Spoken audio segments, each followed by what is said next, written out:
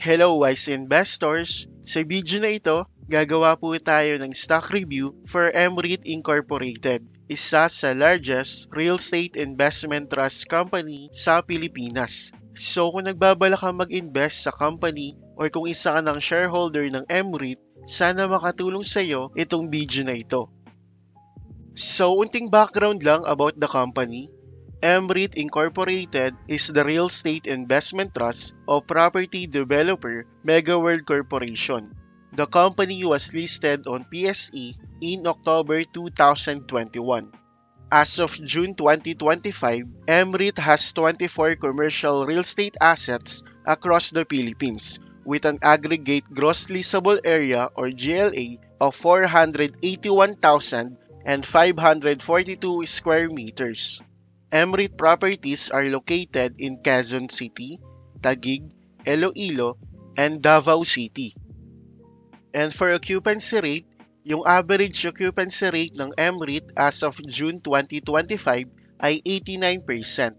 Dito makikita rin natin yung detailed list ng kanilang properties as well as locations.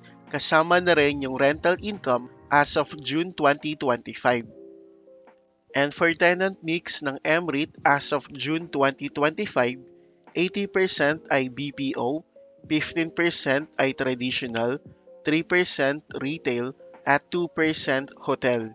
At gaya na nabanggit natin kanina, yung occupancy rate ng MREIT as of June 2025 ay nasa 89%, while yung kanilang weighted average lease expiry ay nasa 3.2 years. At dito makikita natin yung top 10 tenants ng MREIT as of June 2025. Karamihan ng companies ay related sa BPO and IT industry.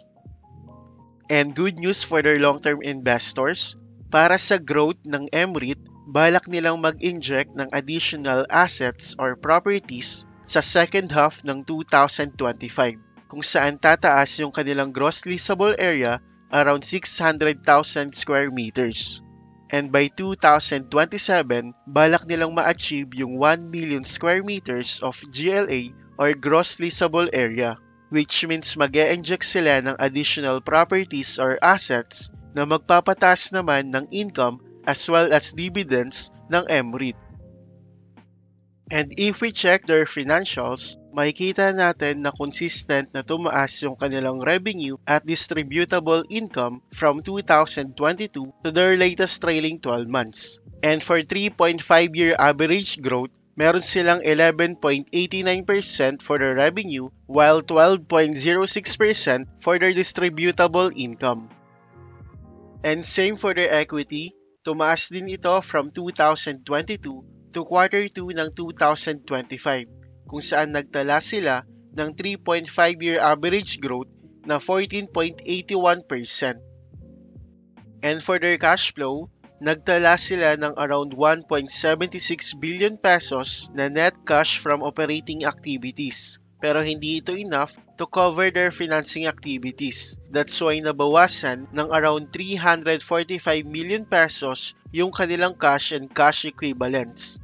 And as of June 2025, meron silang 1.68 billion pesos na cash and cash equivalents. And yung current ratio ng MREIT as of June 2025 ay nasa 1.92. Ang gusto natin dito is between 1.2 to 2. So meaning, meron silang attractive na current ratio at kaya nilang ma-meet yung kanilang short-term obligations. At yung debt-to-equity ratio ng MREIT as of June 2025 ay 0.1087 or 0.11 based sa ating criteria na sa low risk ito. So by that, we can say na meron silang attractive na debt-to-equity ratio at yung pondo na ginagamit nila sa operations ay hindi galing sa utang. And for dividends, yung total dividends ng MREIT based sa kanilang latest trailing 12 months ay nasa around 1 pesos. Sa current price na 14.72 pesos, bibigyan niya tayo ng 6.80% dividend yield. So ayun lamang guys ang ating quick review for MREIT Incorporated. Sana nakatulong sa inyo itong video na ito. Kung nakatulong man, please don't forget to like this video at kung bago ka sa ating channel, please subscribe and hit the bell button para updated ka sa mga future videos na i-upload natin. Maraming salamat po.